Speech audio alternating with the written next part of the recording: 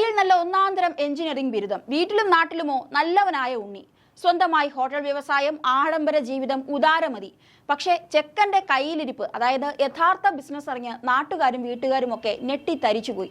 പിടിയിലായത് ഇന്ത്യയിലെ ഏറ്റവും വലിയ ലഹരി സിൻഡിക്കേറ്റ് ആയിരുന്നു. പൊളിച്ചടുക്കിയിരിക്കുകയാണ് നാർക്കോട്ടിക്സ് കൺട്രോൾ ബ്യൂറോ.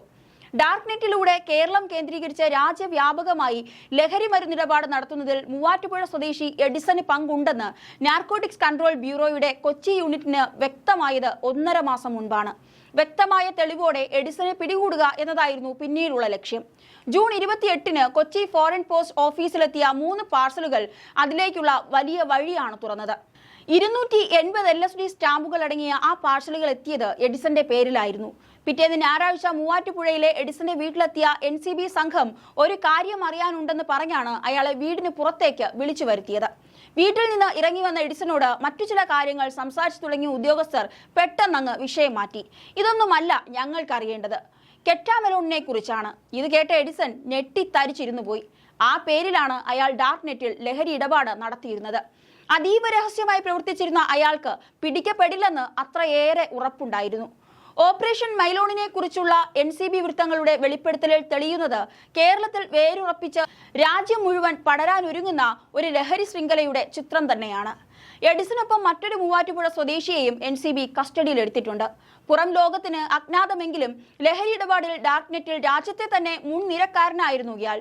ഇന്ത്യയിലെ ഒരേ ഒരു ലെവൽ 4 ഡാർക്ക് വെബ് ഇടപാടുകാരനാണ് പിടിയിലായത് എന്നുള്ളതാണ് NCB പറയുന്നത്. UK ആസ്ഥാനമായി പ്രവർത്തിക്കുന്ന ലോകത്തിലെ ഏറ്റവും വലിയ LSD വിൽപ്പനക്കാർ എന്ന് കുപ്രസിദ്ധി നേടിയ ഡോക്ടർ സ്യൂസിന്റെ ഗുങ്കോദിനിൽ നിന്നാണ് കെറ്റാമെലിൻ കാർട്ടർ പ്രധാനമായും ലഹരി മരുന്ന് ശേഖരിച്ചിരുന്നതെന്നും NCB കണ്ടെത്തിയിട്ടുണ്ട്. കഴിഞ്ഞ 2 വർഷമായി ഡാർക്ക് നെറ്റ് മാർക്കറ്റുകളിൽ സജീവമായ എഡിസൺ അതിനും 4 വർഷം മുൻപെങ്കിലും ലഹരി ഇടപാടുകൾ തുടങ്ങിയിരുന്നുവെന്നാണ് NCB വൃത്തങ്ങൾ പറയുന്നത്. എറണാകുളം ജില്ലയിലെ എഞ്ചിനീയറിംഗ് കോളേജിൽ നിന്നും മെക്കാനിക്കൽ എഞ്ചിനീയറിംഗിൽ ബിരുദം നേടിയ ശേഷം ബംഗളൂരു, പൂനെ തുടങ്ങിയ സ്ഥലങ്ങളിൽ ഇയാൾ ജോലി ചെയ്തിരുന്നു. ഈ മേഖലയിലെ ഏറ്റവും മികച്ച കമ്പനികളിലായിരുന്നു ജോലി. അക്കാലത്താണ് ലഹരി ഇടപാടുകൾ തുടങ്ങിയത്. തുടക്കത്തിൽ ആവശ്യക്കാരെ കണ്ടെത്തി ചെറിയ തോതിൽ നേരിട്ട് വിൽപ്പനയായിരുന്നു പണി. പിന്നീട് നാട്ടിൽ തിരിച്ചെത്തി ആലുവയിൽ ഒരു റെസ്റ്റോറന്റ് തുറന്നു. എന്നാൽ കോവിഡ് സമയത്ത് അത് അടച്ചു. പിന്നീടാണ് മൂവാറ്റുപുഴയിലെ വീട് കേന്ദ്രീകരിച്ച് വലിയ തോതിൽ ലഹരി ഇടപാടുകൾ തുടങ്ങിയത്. എഡിസന്റെ മാതാപിതാക്കളും ഭാര്യയും കുഞ്ഞുമാണ് ഈ വീട്ടിലുള്ളത്. ഇവർക്കാർക്കും തന്നെ ഇയാളുടെ ഇടപാടുകളെ പറ്റി ഒന്നും അറിയില്ലായിരുന്നുവെന്നാണ് NCB വൃത്തങ്ങൾ പറയുന്നത്. കുറെ കാലമായി എഡിസൺ ഞങ്ങളുടെ നിരീക്ഷണത്തിലുണ്ട്. പക്ഷേ നാട്ടുകാരടക്കം ആരും ഒരിക്കൽ പോലും അയാളെക്കുറിച്ച് മോശമായൊന്നും സംസാരിച്ചിട്ടില്ല. സൗമ്യനും ശാന്തനുമായി സംസാരിക്കുന്ന പാവത്താനെ പോലെയായിരുന്നു ആൾ. പൊതുവെ അന്തർമുഖനും വീട്ടിലേക്ക് ഒതുങ്ങിക്കൂടുന്നയാളുമെന്നാണ് നാട്ടുകാരുടെ അഭിപ്രായം. എന്നാൽ വീട്ടിലേക്ക് ഒതുങ്ങിക്കൂടിയത് ഈ ഇടപാടിനായിരുന്നു എന്ന് മാത്രമെന്നാണ് NCB വൃത്തങ്ങൾ പറയുന്നത്.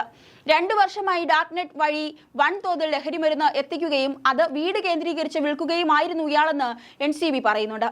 കേരളത്തിൽ ശരാശരി ഒരു വർഷം പിടികൂടുന്നത് ഏകദേശം 1000 LSD സ്റ്റാമ്പുകളാണ്. എന്നാൽ എഡിസൺ ഒറ്റ ഇടപാടിൽ തന്നെ 1000-ലേറെ സ്റ്റാമ്പുകൾ എത്തിക്കാറുണ്ടായിരുന്നു. തപാലും കൊറിയറും വഴി സ്വന്തം പേരിലല്ലാത്ത ലഹരി മരുന്ന് എത്തിച്ചിരുന്നു. അത് കൊണ്ടുവരുന്നവരെ ബന്ധപ്പെട്ട് ഏതെങ്കിലും സ്ഥലത്ത് വെച്ച് പാഴ്സൽ വാങ്ങുകയായിരുന്നു പതിവ്. ഇങ്ങനെ എഡിസന്റെ പ്രവർത്തനം ഏറെക്കുറെ തനിച്ചായിരുന്നുവെന്നാണ് വിവരം.